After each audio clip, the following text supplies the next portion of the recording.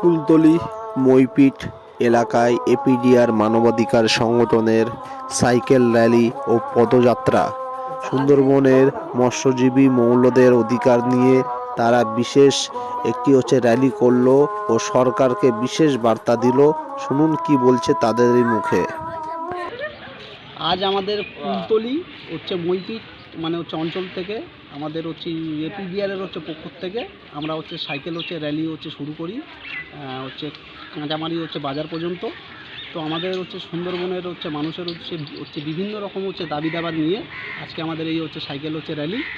যেমনি মৎস্যজীবীরা ঠিক করে তাদের অধিকার থেকে তারা বঞ্চিত। যেমনি এখানে অনেক রকমের সমস্যা মৎস্যজীবীদের, তাই নিয়ে আজকে আমাদের এই সাইকেল র্যালি।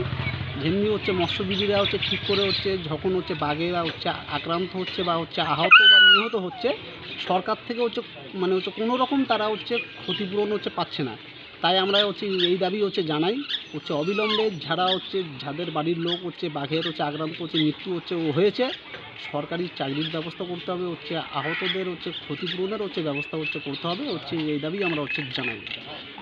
আর আজকে আমরা এই দাবি কুলতলি বাসীর কাছে আমরা পৌঁছে দিলাম। তারাও সাথে সতর্ক হয়।